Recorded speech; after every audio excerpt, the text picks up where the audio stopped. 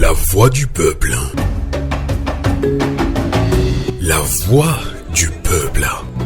La voix du peuple sur Radio Avoulété. Bonjour à toutes et à tous, bienvenue dans votre émission Fenêtre sur l'Afrique sur Radio Canal K en Suisse alémanique et La voix du peuple sur Radio Avoulété, la voix de la résistance du peuple togolais. Eh bien, nous sommes au Togo. Un projet de modification de la Constitution en étude à l'Assemblée nationale togolaise suscite de vives réactions et indignations. L'opposition, dans son ensemble, a dénoncé à travers des communiqués ce qu'elle appelle un énième coup d'État de force ou encore un coup d'État constitutionnel. Et nous lançons ce soir le débat citoyen. Les députés à l'Assemblée nationale, dont le mandat a expiré le 31 décembre 2023, peuvent-ils procéder à la modification de la Constitution togolaise? Radio Avoulété. La voix de la résistance africaine. Et pour en parler, nous accueillons en ligne depuis Lomé, nos trois invités d'ailleurs, tout se passe à Lomé au Togo. Alors, bonsoir professeur Komi Oulu. Bonsoir aux auditrices et aux auditeurs. Bonsoir aux autres amis invités, notamment le professeur Doucet. Merci professeur Oulu. Vous êtes professeur de droit à l'université de Lomé et aussi président de PSR, Pacte social pour le renouveau. On accueille toujours à Lomé au Togo, professeur David Ekwe-Doucet. Bonsoir. Oui, Amos, bonsoir. J'en profite pour saluer tous ceux qui nous suivent sur votre belle radio. Bonsoir à mes co-débatteurs, notamment le professeur Oulu, que j'admire beaucoup, et monsieur Fobil, que je ne connais pas et que je découvre. Tout à fait. On accueille toujours à Lomé au Togo, Fobil Nikabou. Bonsoir. Bonsoir, mon frère Amos. Vraiment, le désir d'aider le peuple togolais à sortir de cette embrouille tout à fait. Qui nous percourt chaque jour dans notre pays. Tout à fait. Alors, c'est la toute première fois que vous êtes invité dans cette émission à titre de la... je dirais que vous êtes le président du Front démocratique pour le changement et l'intégrité. C'est un mouvement citoyen. Alors, puisqu'il s'agit de droit, je l'ai annoncé tantôt, les députés à l'Assemblée nationale dont le mandat a expiré le 31 décembre 2023, peuvent-ils procéder à la modification de la Constitution togolaise? Alors, professeur Oulu, pour ne pas vous flatter, à Radio Canal K, à Radio Avoulété, on ne flatte personne. En tout cas, félicitations à vous en tant que juriste. Tout est question d'interprétation. Vous avez fait une belle sortie, expliquer point par point le volet juridique de ce qui se trame actuellement à l'Assemblée nationale. Mais justement, pourquoi, professeur Oulu, ces interprétations croisées selon des juristes qui disent que vous n'avez pas raison, ou pourquoi on tourne autour de cette question juridique par rapport à ce projet de modification de la Constitution, professeur Oulu? Oui, infiniment merci. D'abord pour vos propos très aimables, mais aussi de nous avoir invités. Vous avez planté le décor. Le problème se pose par rapport à la modification de la Constitution. Et alors que nous savons que notre Assemblée nationale, son mandat est déjà arrivé à son terme, mais l'article 52, dernier alinéa de la Constitution, dispose que les membres de l'Assemblée nationale et du Sénat sortant, par fin de mandat ou dissolution, restent en fonction jusqu'à la prise de fonction effective de leurs successeurs. Et donc, certains pensent que du fait qu'on a dit reste en fonction jusqu'à la prise de fonction effective des autres, ils ont encore le pouvoir de modifier notre Constitution. Et je voudrais préciser d'entrée que je fais cette intervention pour l'instant sur le principe même de la modification. Mais l'orientation même de fond que prend la modification constitue aussi une atteinte à notre Constitution. Mais ce n'est pas ce qui nous préoccupe pour l'instant ici, parce que le principe, c'est qu'ils n'ont même pas le pouvoir de le modifier. Et le sens dans lequel ils vont aussi violent notre Constitution. Pourquoi je dis qu'ils n'ont pas le pouvoir de modifier la Constitution? Vous savez, en droit, il existe des règles d'interprétation. Le droit, c'est une science. On ne peut pas se lever pour faire n'importe quoi. Et parmi les règles d'interprétation, il y a la règle selon laquelle la loi cesse là où cesse sa raison d'être. Ce n'est pas moi qui le dis. Certains peuvent penser que ce n'est écrit nulle part. Eh bien, comme certains le soutiennent, il y a des règles de droit qui ne sont écrites nulle part, qui sont des adages, qui existent, qui ont toujours existé. Et ces adages, la plupart du temps, sont exprimés en formule latine. C'est parce que je ne parle pas vraiment latin, je n'aime pas trop utiliser les expressions latines. Mais quand vous prenez tout bouquin d'introduction à l'étude du droit, vous verrez, on dit c'est sainteté, rationné, légis, etc. Et l'équivalent en droit français, en français, c'est que la loi cesse là où cesse sa raison d'être. Je ne parle pas en tant que politique, je parle sur le plan strictement juridique.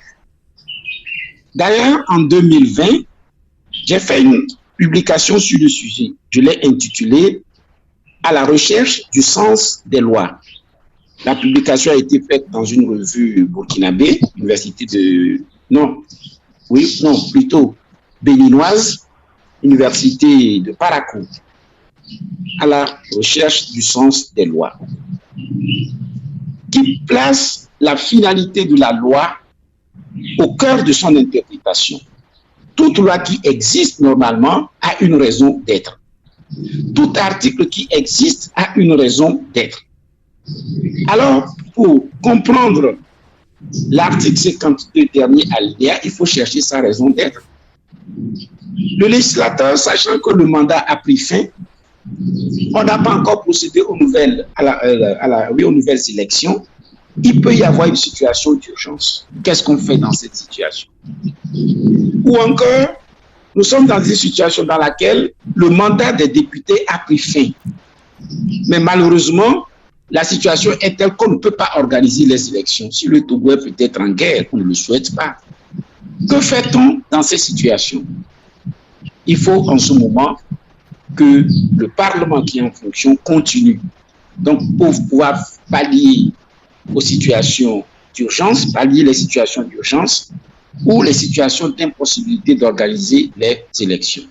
Je crois que c'est ce qui explique que le législateur ait dit que quand bien même leur mandat a pris fin, il reste encore en fonction. D'accord. Alors allez-y. Oui, or, actuellement, la modification qui se fait ne répond ni à une condition d'urgence, ni à une condition d'impossibilité d'organiser les élections. Vous comprenez dans ce système que leur pouvoir, pendant cette période, ne leur permet pas de faire ce qu'ils sont en train de faire. Pour moi, il n'y a pas de problème juridique sur cette question. C'est clair, sauf si on veut être de mauvaise foi. D'accord. Je voudrais attirer votre attention aussi sur quelque chose. Je ne l'ai pas très bien, je parle avec réserve. Je crois que la proposition qu'ils ont faite, dans la proposition où le président doit être élu maintenant par l'Assemblée ou le Parlement, je crois qu'ils ont dit que cette élection ne peut pas se faire lorsque le Parlement est dissous ou lorsqu'ils sont à 30 jours de la fin de leur mandat. Si la version qui circule est vraie, ils l'ont dit comme ça. Pourquoi eux-mêmes pensent qu'un Parlement dissous ne peut pas procéder à l'élection du président? C'est parce qu'ils savent qu'ils n'ont plus leurs compétences et que le maintien pendant cette période ne répond qu'à des situations d'urgence. Donc, professeur Olo, vous pensez que le pouvoir se contredit alors? Oui, le projet qu'ils font contredit le pouvoir qui se reconnaissent. Et une dernière analogie, le mandat en droit privé, normalement, lorsque le mandant meurt, eh bien, le mandataire perd ses pouvoirs. Mais il est dans l'obligation de gérer les situations d'urgence jusqu'à ce que les héritiers puissent prendre la relève.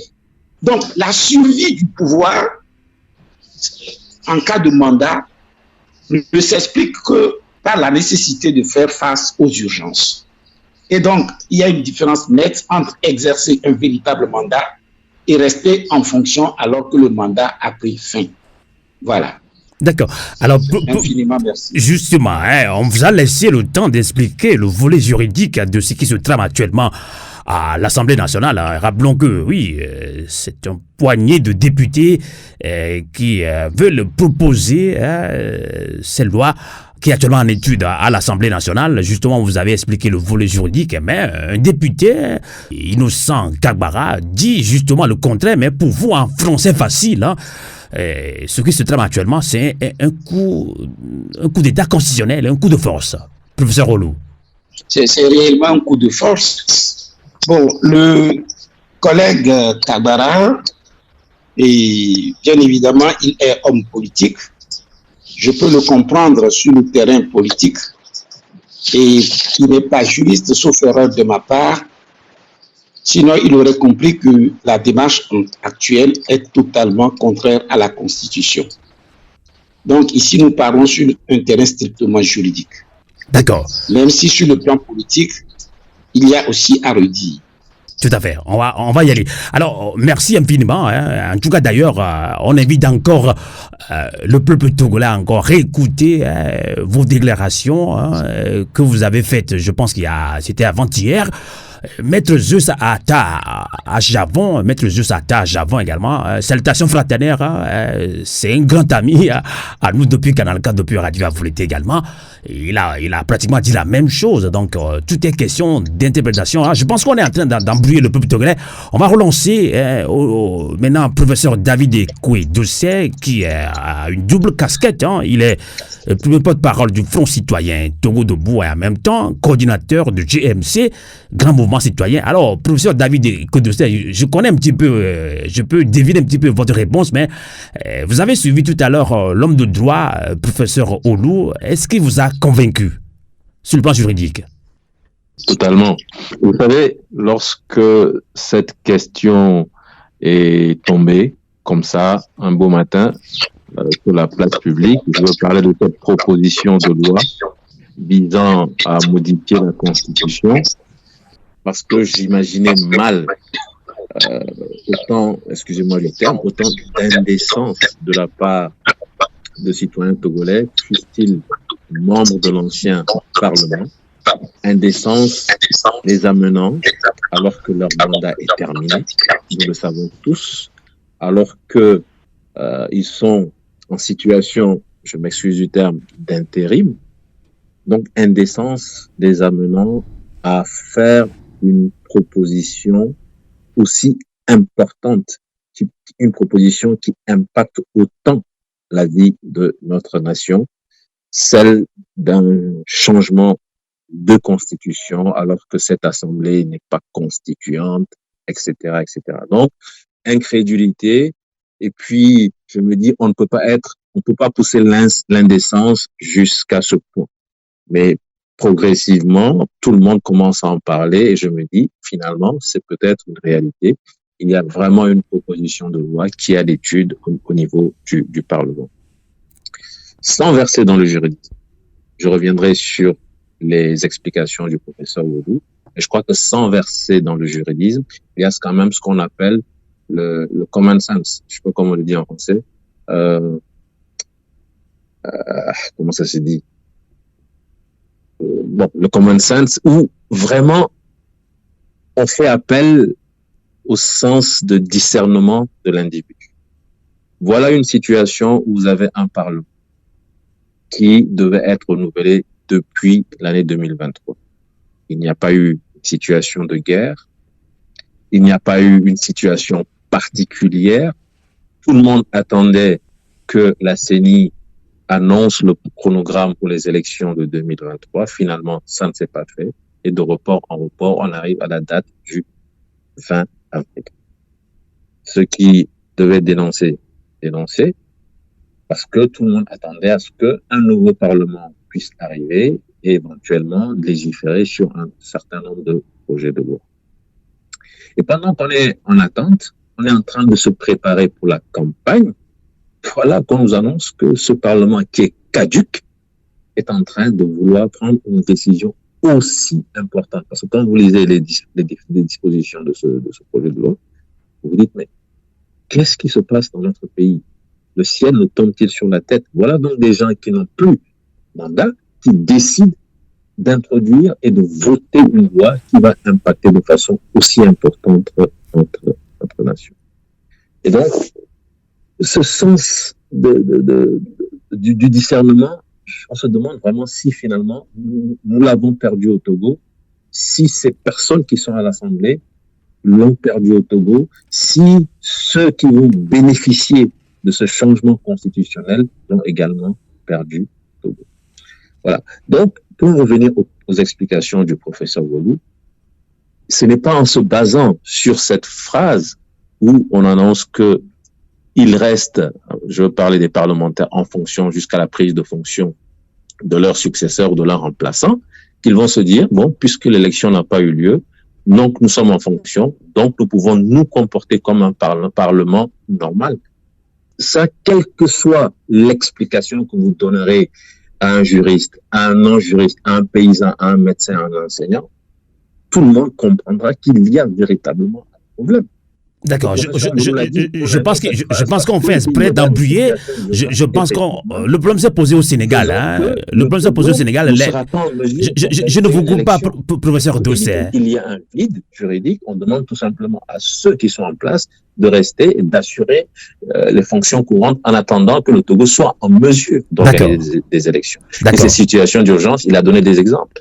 Une guerre, une catastrophe naturelle, etc., etc. Mais vous imaginez un pouvoir qui nous régente depuis des décennies, qui se comporte en vrai pouvoir dictatorial, il faut dire les choses telles quelles, qui se comporte en vrai pouvoir dictatorial, qui arrive d'une manière ou d'une autre à avoir une majorité à l'Assemblée, qui refuse, parce que c'est un refus, on n'a jamais eu d'explication claire, qui refuse d'organiser les élections et qui continue de se prévaloir de cette majorité au-delà du terme légal du Parlement, donc qui continue de se prévaloir de cette majorité pour prendre des décisions sans même en avoir discuté avec la population. Peut-être que vous l'avez eu, cette discussion, mais moi, je n'ai jamais entendu mettre sur la table, mettre en débat la question de la Constitution, la question du régime parlementaire, du régime présidentiel ou semi-présidentiel. Avec quel citoyen ce débat a-t-il été conduit? Peut-être que vous avez des informations, mais moi, je n'en ai jamais entendu parler. Pas du tout. Comme ça, un beau matin, on dit, voilà, ces députés qui sont caducs, décident d'imposer, même si on dit que c'est une proposition de loi, d'imposer cela à toute une nation. Non, je pense qu'il y a des limites à toute chose. Ça va. Là, c'est un coup de force qui est en train de se produire à l'Assemblée. D'accord. Et nous n'avons peut-être pas la possibilité de réagir et d'arrêter définitivement en cet instant ce qui est en train de se tramer, mais nous allons user de tous les moyens à nos dispositions pour mettre fin à cette forfaiture. Première chose. Deuxième chose, l'histoire est en marche.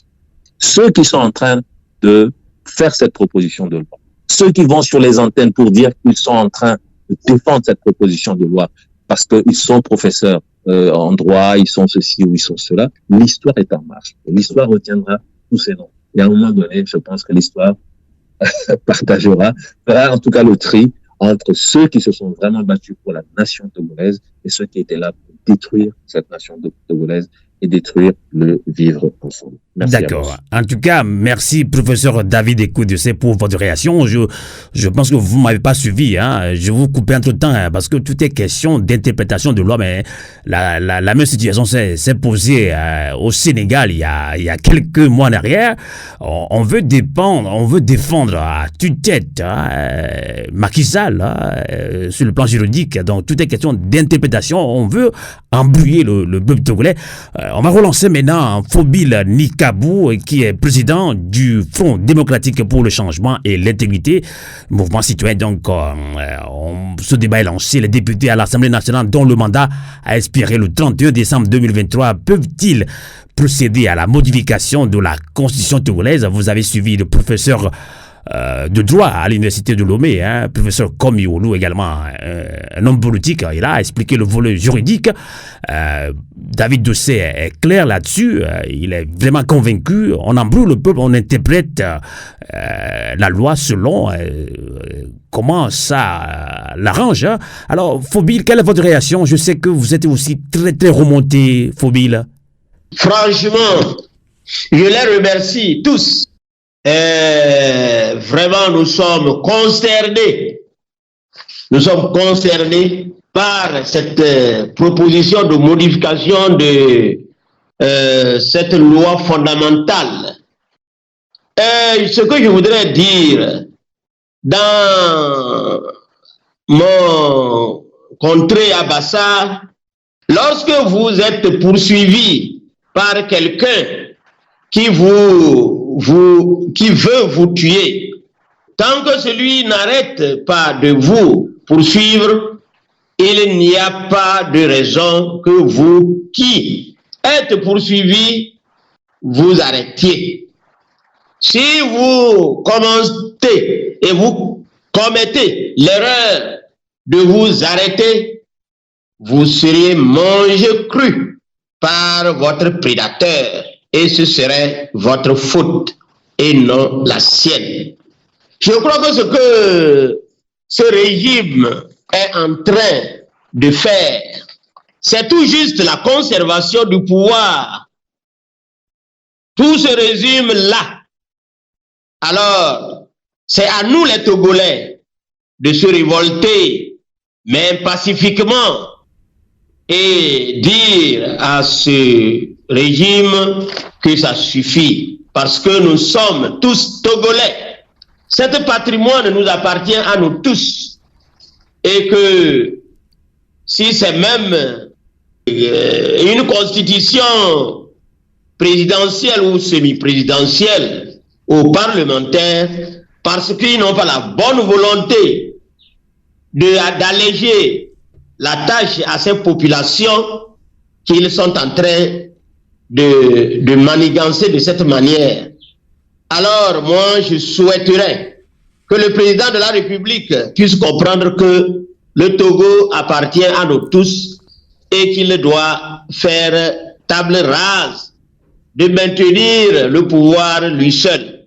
D'accord. D'accord. En tout cas, pour vous, tout est question de conscience individuelle qui doit nécessairement aboutir à une conscience collective. Donc, pour barrer la route à cette dictature, le professeur vous l'a dit tout à l'heure, tout est question de s'organiser, mais c'est un coup de force. Alors, professeur Ourlou, vous qui êtes un homme de droit, pourquoi justement cette proposition de loi intervient-elle seulement à quelques semaines des élections législatives? J'ai été même surpris aussi par cette initiative. Pour rejoindre le professeur Dossé, et je n'y ai pas cru. J'avoue que c'est ce qui fait même que ma réaction a été tardive. Et je disais que je ne croyais pas vraiment à cette tentative parce que c'est trop surprenant. Rien n'explique cela. Mais pour répondre à votre question, peut-être qu'ils se sont rendus compte qu'après les prochaines élections, ils n'auront probablement pas les mains libres pour procéder aux modifications qu'ils auraient souhaitées. Mais là, une autre question qui revient, pourquoi ils ne l'avaient pas fait durant tout le mandat? Et que c'est à la dernière minute, alors que le mandat a pris fin, qu'ils prennent cette initiative. Je suis tenté de penser que probablement dans l'entourage du chef de l'État, quelqu'un a pu le convaincre ces derniers temps de la nécessité d'introduire une telle réforme. Je crois que si la décision avait été prise depuis longtemps, ils l'auraient fait. Certainement, ils auraient cherché à le faire avant la fin de leur mandat. Et en ce moment, ce sont des questions de fond qui se poseraient par rapport au pouvoir de modification et le sens de cette modification. Mais actuellement, je dirais même que il n'y a même pas lieu pour l'instant de parler même de ce fonds. On peut en parler, mais sur le principe même, ils n'ont pas ce pouvoir. Voilà ce que je pourrais dire. D'accord. Alors, professeur Oulou, vous êtes un homme politique. Vous dites surpris par ce projet de modification de la Constitution. Alors, la dictature ne fait rien sans rien. Il y a toujours un guissi roche. Donc, surpris, je ne pense pas.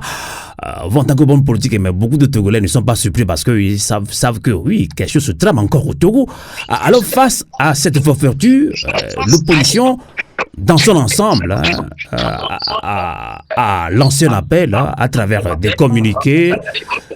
Ils disent, voilà, il doit y avoir un sursaut patriotique à tous les niveaux, tous les composants de la société civile, les magistrats, les avocats, les huissiers. En tout cas, on a lancé l'appel à tout le peuple togolais de se mobiliser, comme l'a dit tout à l'heure Fobile Nikabou.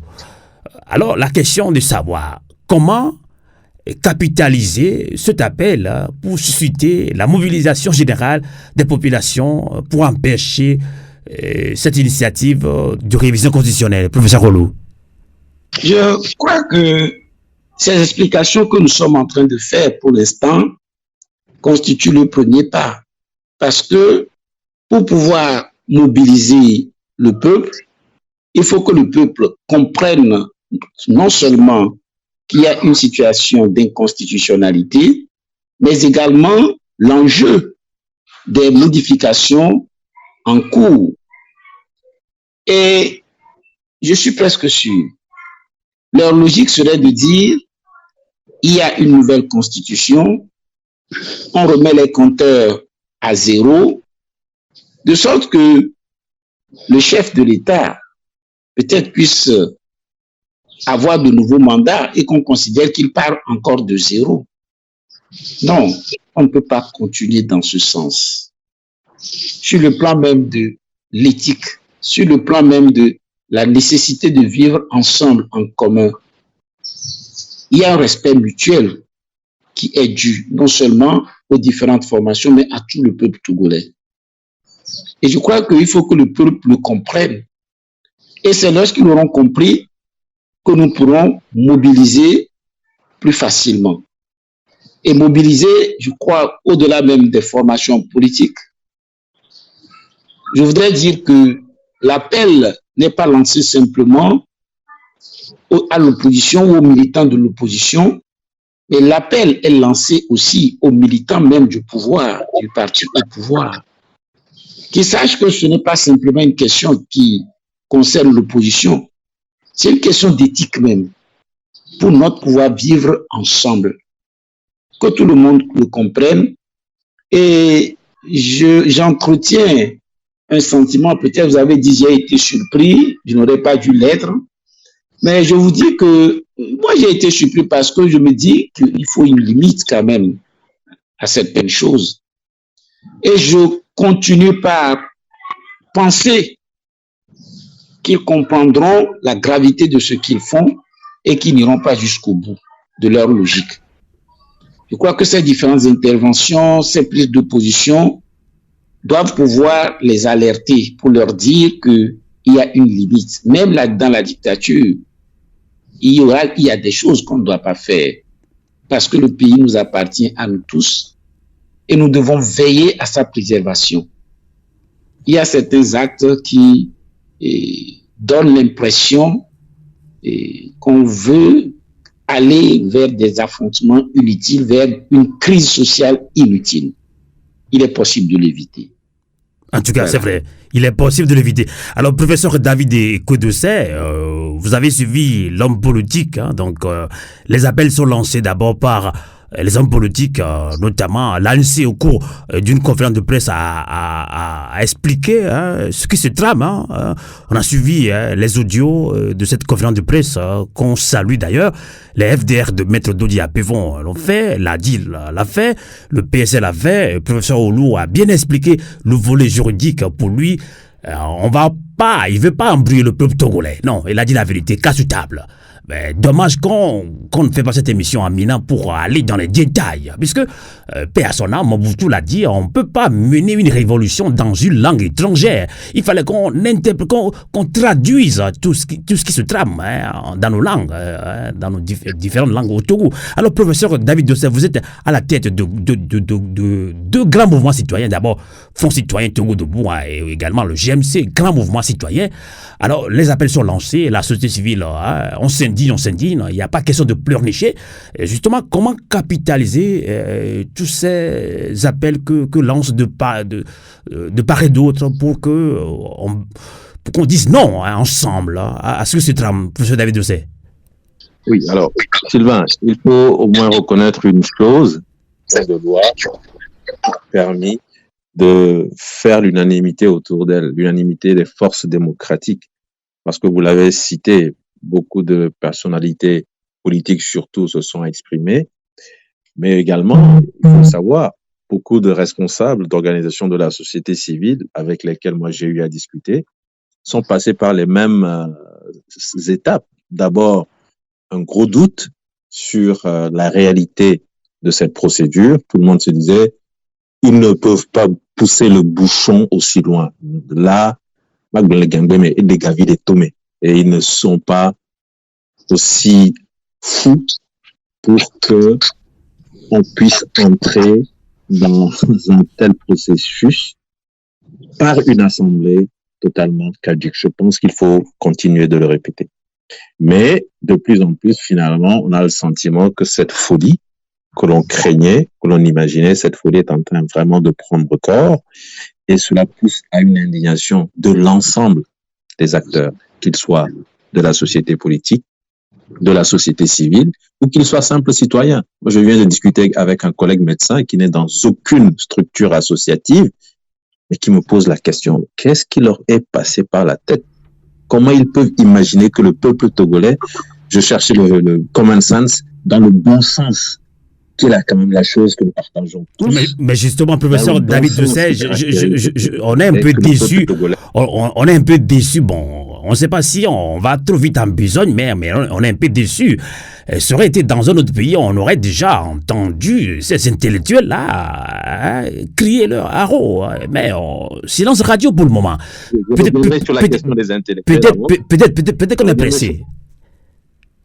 Je reviendrai sur la question des intellectuels. Donc voilà en tout cas une situation où l'ensemble de la nation, en tout cas ceux qui sont sincères, ceux qui sont objectifs, je mets de côté les pseudo-professeurs d'université qui viennent défendre l'indéfendable. Parce que ce qu'ils disent, eux-mêmes, ils n'en sont pas convaincus. Je le sais. Mais pour certaines raisons, ils vont sur les antennes, les radios, pour essayer de défendre l'indéfendable. Ça ne passe pas. Voilà donc la situation. Alors nous sommes tous indignés. Mais à partir de là, la question est bonne. Quand on est indigné, qu'est-ce qu'on fait? Dans certains pays, il y aurait eu une réaction immédiate, des manifestations immédiates, des intellectuels comme le professeur Goulou qui sont dans leur domaine d'expertise, qui prendraient la parole pour éclairer l'opinion, dire la vérité sur ce qui est en train de se tramer. Nous sommes au Togo. Des décennies d'oppression. Et il est, je ne vais pas dire normal, mais il est logique que l'on puisse avoir des situations où on a le sentiment que le peuple est dépassé, le peuple est blasé, le peuple s'intéresse finalement à autre chose que ces questions politiques. Mais ne nous trompons pas.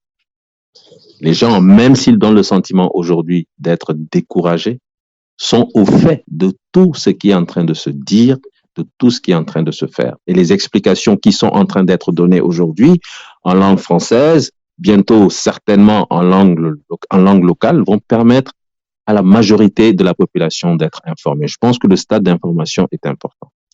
Je sais également qu'il y a des discussions en cours aujourd'hui entre des responsables politiques parce que cet élément constitue un vrai dénominateur commun et en faisant fi de tous les autres éléments, de toutes les dissensions, il est possible certainement de construire ou de reconstruire quelque chose autour de ce qui est en train de se tramer actuellement à l'Assemblée nationale.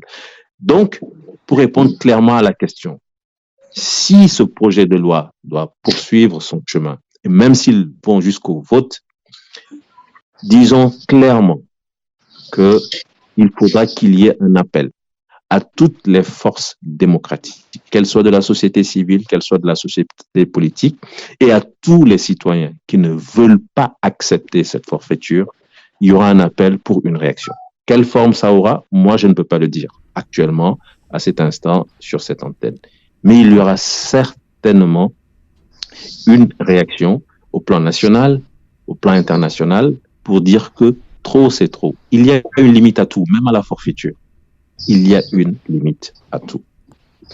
On a parlé, je crois que c'est le professeur Wolou, en fait, des implications d'un tel projet de loi. C'est une façon de monarchiser le régime, de faire en sorte que le Togo devienne une monarchie.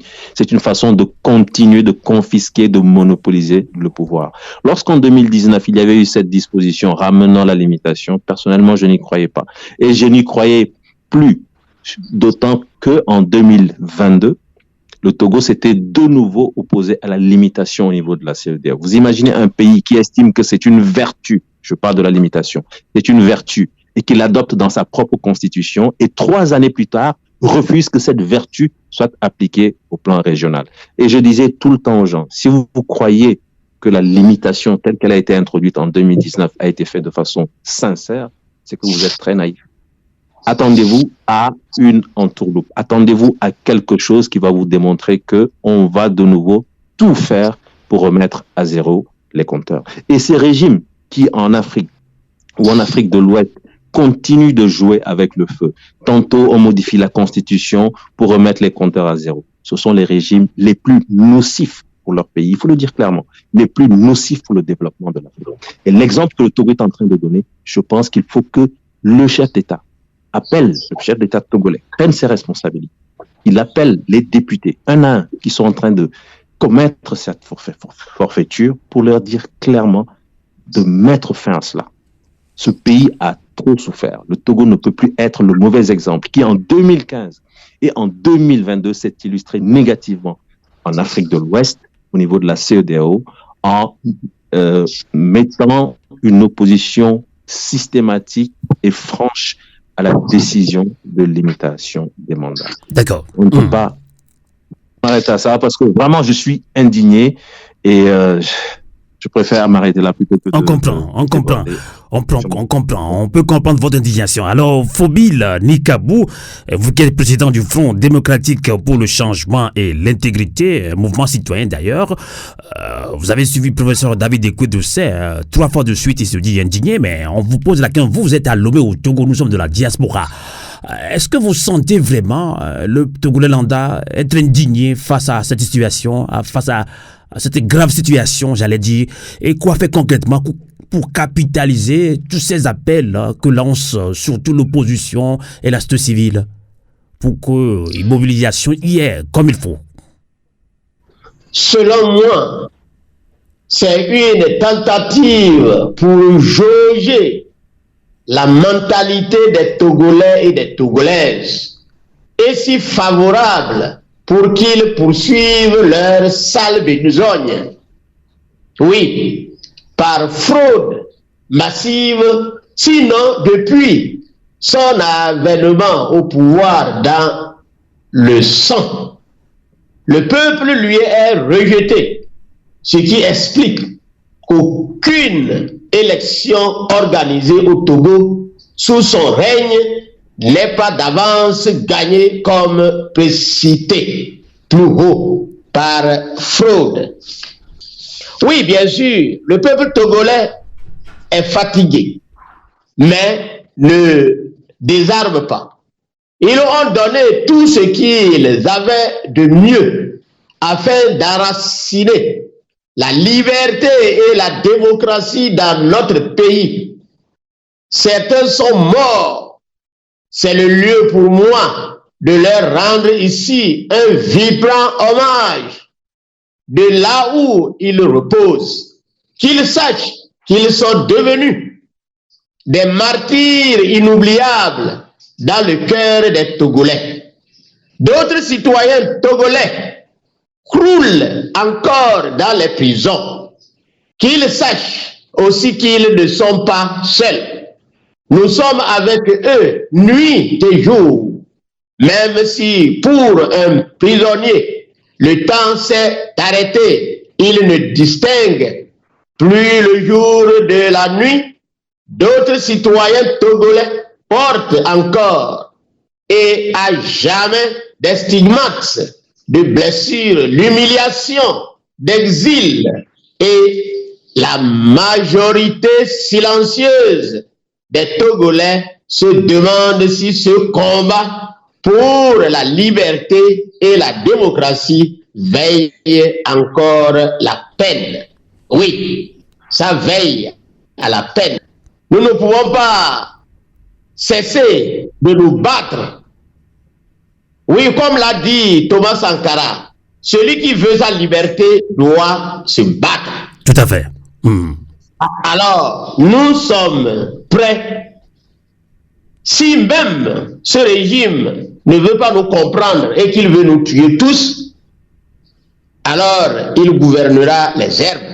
En tout cas, la phobie Nikaboussa, vous qui parlez, ma question était, est-ce que vous sentez autour de vous, dans votre quartier, autour de vous, à Lomé au Togo, cette indignation, est-ce que vous la sentez vraiment?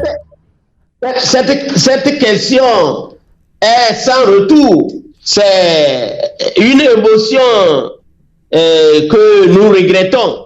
Le peuple togolais est vraiment indigné. Dans mon quartier, nous sommes tous indignés. La majorité, je dis bien. Sauf ceux qui font le malin pour dire que ils ne sont pas d'accord parce que ils ont des intérêts qu'ils profitent et mettent en péril la majorité de la population. Voilà.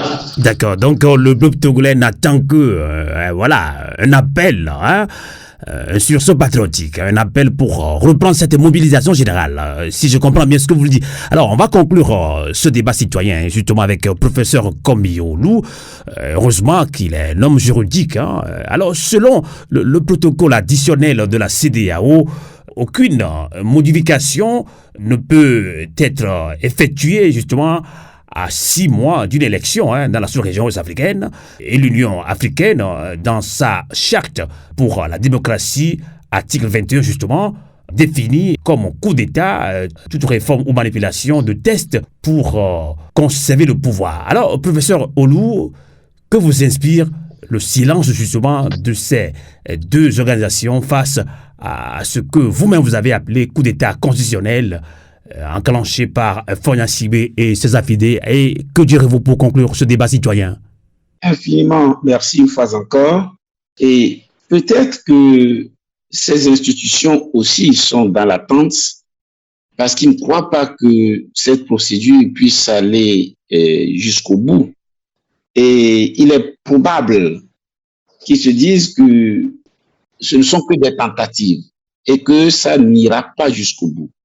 Mais à s'en tenir aussi au protocole relatif donc, à la démocratie, j'avoue sur le plan juridique, puisque le texte parle d'aucune réforme substantielle de la loi électorale ne doit intervenir dans les 6 mois. Les débats peuvent être ouverts, il y a des choses qui peuvent être discutées. Donc, se demander ce qui est fait, est-ce que c'est une loi électorale, etc. Cette discussion est permise. Il y a des situations dans lesquelles, je peux dire, d'un point de vue juridique, les débats sont, en tout cas, il est possible qu'il y ait des divergences de point de vue. Mais d'autres questions comme celles qu'on vient d'aborder, pour moi, qui ne constituent pas du tout un problème, parce que sur le plan juridique, ça me paraît suffisamment clair. Il suffit d'être de bonne foi pour pouvoir dégager les règles en la matière. Donc, probablement que les institutions ne veulent pas aller vite en besogne et elles attendent et ne croyant pas aussi que cela puisse aller jusqu'à son terme. Mais l'essentiel a été déjà dit, il appartiendra au peuple togolais lui-même de prendre ses responsabilités. En ce sens que c'est à nous de nous mobiliser. Si vraiment il décide d'aller au terme de cette démarche, à nous de nous mobiliser pour dire au Donc, régime. vous voulez insinuer que cette situation dépasse l'entendement des partis politiques.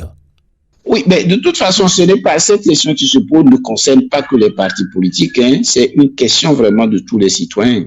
Les partis politiques sans les citoyens et rien ne peut se faire. Ce sont les citoyens et c'est justement pour ça qu'il faut continuer d'expliquer et ensuite, si la démarche continue, de pouvoir donner des directives, ce que nous devons ensemble faire pour mettre fin, si vous voulez, à cette forfaiture en cours. Tout à fait. En tout cas, merci beaucoup, professeur Komiolo. Je rappelle que vous êtes président du PSR, Pacte Socialiste pour le Renouveau, et professeur de droit à l'Université de Lomé. Merci infiniment d'avoir participé à ce grand débat citoyen et vous avez été clair en tant qu'un homme juridique et politique, surtout le côté juridique, vous l'avez expliqué en français facile. Hein. Sûrement, nous, on va continuer de traduire tout ce que vous avez dit, hein, parce qu'on ne peut pas mener une révolution dans une langue étrangère. On va traduire ça en Bassar, en Mina, en Kotokolité, mais etc. pour que le Togolais comprenne mieux, parce que le français, ce n'est pas notre langue. Moi-même, qui anime cette émission en français, je le parle d'une manière, voilà, c'est un petit peu, c'est forcé, hein, on m'a forcé, mais je suis bien dans ma peau africaine, hein, en tant que Togolais. Professeur Oulou, merci infiniment et à très bientôt donc. C'est moi qui vous remercie. Professeur Dossé, voilà, l'homme politique vient de dire la balle aussi dans le camp du Togolais lambda, alors de la société civile. Alors, comment capitaliser tous ces appels que lancent les hommes politiques et la société civile, puisque sans langue de bois, il y a plus de bientôt 4 ans, la mobilisation, on ne la sent plus comme de la diaspora, tout comme au Togo. Que fait concrètement pour qu'il y ait une grande mobilisation autour de ce projet de modification de la constitution togolaise, hein, avec un régime parlementaire fort peu encore s'octroyer 7 ans x 2, c'est-à-dire 14 ans au pouvoir. Que direz-vous pour conclure ce débat, professeur Dossé? Merci Amos. Je crois qu'il est clair aujourd'hui que cette énième forfaiture qui a soulevé autant d'indignation ne peut pas laisser les Togolais indifférents. Et il faut savoir, actuellement, il y a beaucoup de rencontres, beaucoup de concertations entre les différentes structures de la société civile ou des partis politiques. Et je suis convaincu que d'ici à la semaine prochaine, il y aura certainement une première rencontre entre différentes entités afin de réfléchir ensemble sur ce qui peut être fait pour démontrer notre opposition à cette proposition de loi qui est actuellement en discussion à la commission des lois de l'Assemblée nationale.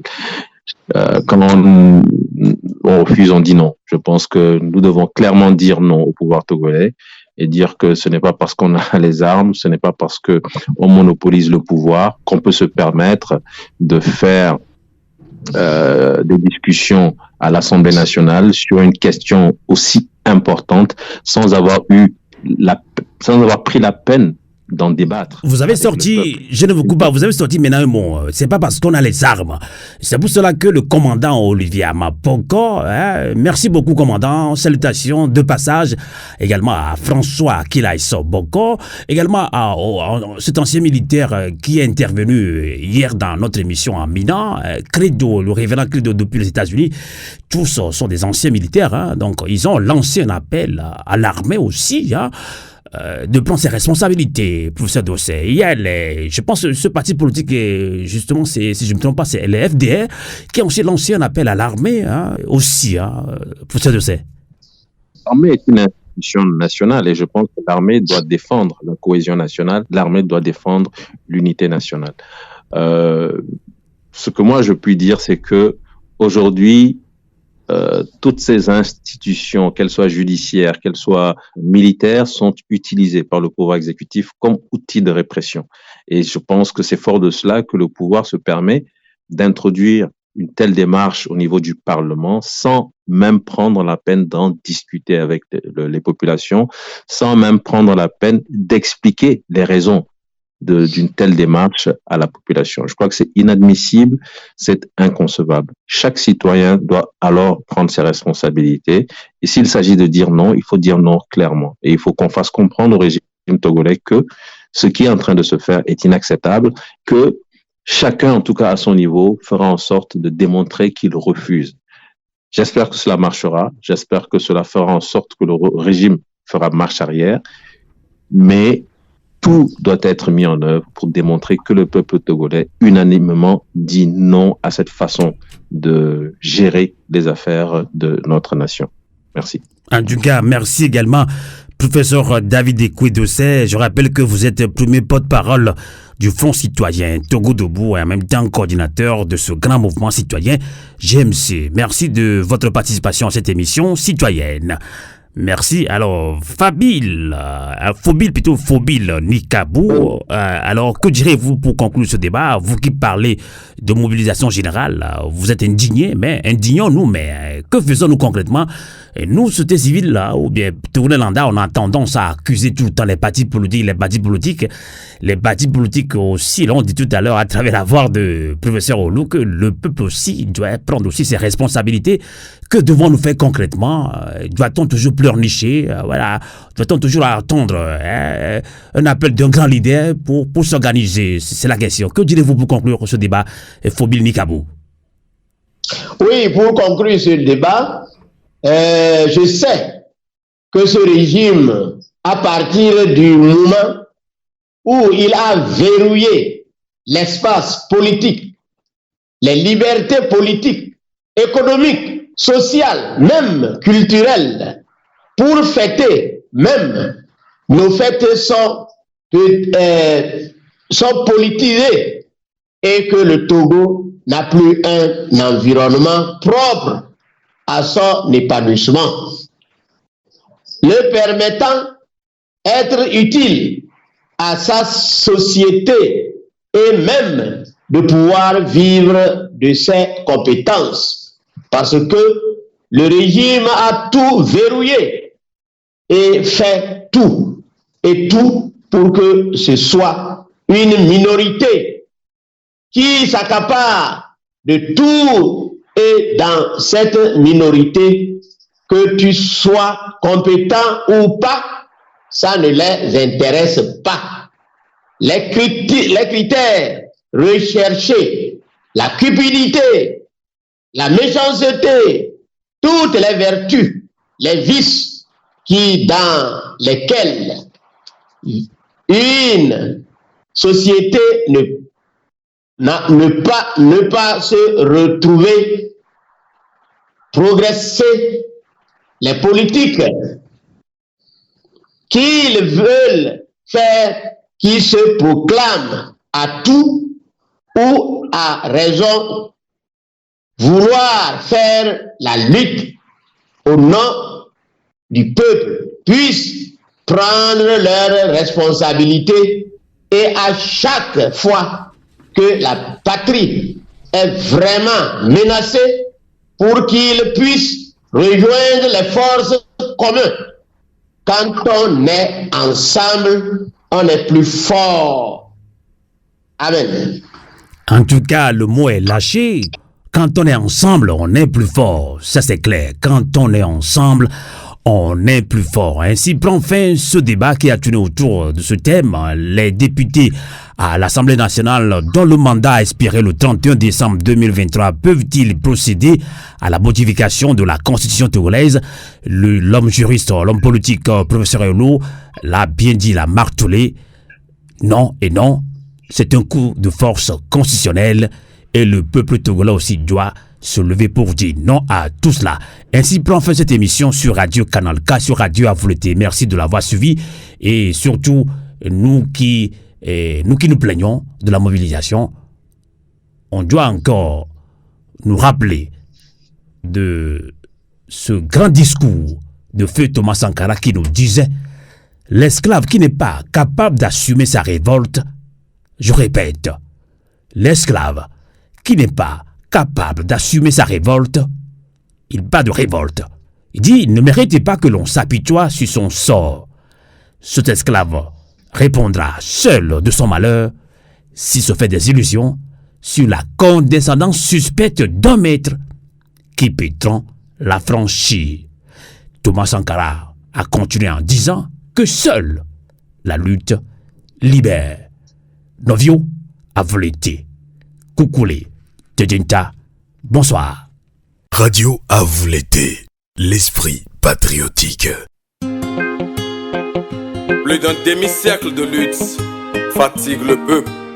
Alors, réveillez-vous.